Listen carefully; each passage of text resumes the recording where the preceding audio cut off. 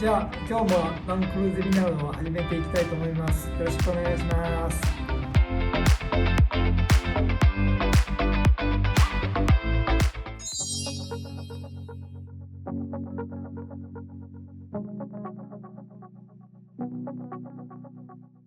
変わらないもの、さっき言った大きな思想の信頼対極悪路相和性っていうのは考えとしては変わらない。作り方もそれに即しておろそかにした開発は絶対しないということと、これはこだわりなんでしょうね。開発でいう、まずはやはり現地現物っていうのはあります。やはりこの車は世界中170カ国ですかね今。やはりそういった地域でたくさん我々が評価している中でも想像のできない地域もいっぱいありますので、何を言っても現地現物でものを確認する、もちろん使っている使い方も含めてそういったことを確認していくというのが一つと、もう一つがやっぱり実写評価ですね。実写評価は皆さん最近は前は解析、いろいろな解析で物を作らなくてもある程度形が出てきます。ただこの車は最後命を懸ける中で、特に自然の中で使われるということもあって、自然環境って単純な条件じゃなくて複合条件がいっぱい重なりますので、そういった中で評価するっていうのが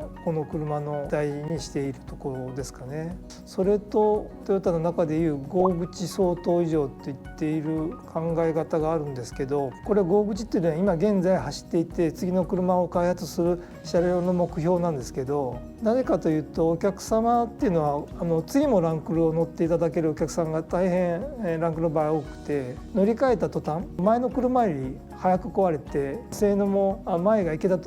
たところが行けなくなったりするようなことがあると、それが道の途中で起こると帰ってこれないんですよね。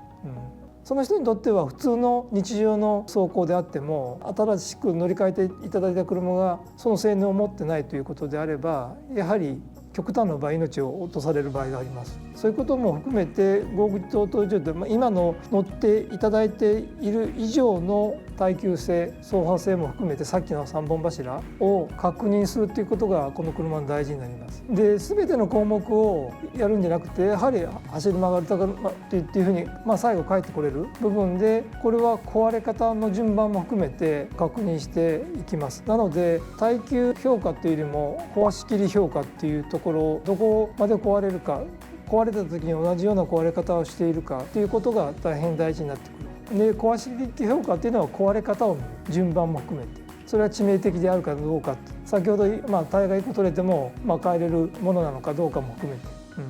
ランクの使命は行きたいところに行って必ず帰ってくるということを一番大事にしている。そのためにさっき言った信頼対極悪路相和性っていうものを絶対おろそかにしないということを一番大事にしていってますと。そのために評価の中でも今乗っていただいているお客さんが今乗っている車以上の性能に対して確保されているというか担保されているかということを我々がそのために確認しながら世に出していくというのが我々の考え方ですね。はい。はい、本日のゼミナールもこれで終了です。今後ともよろしくお願いします。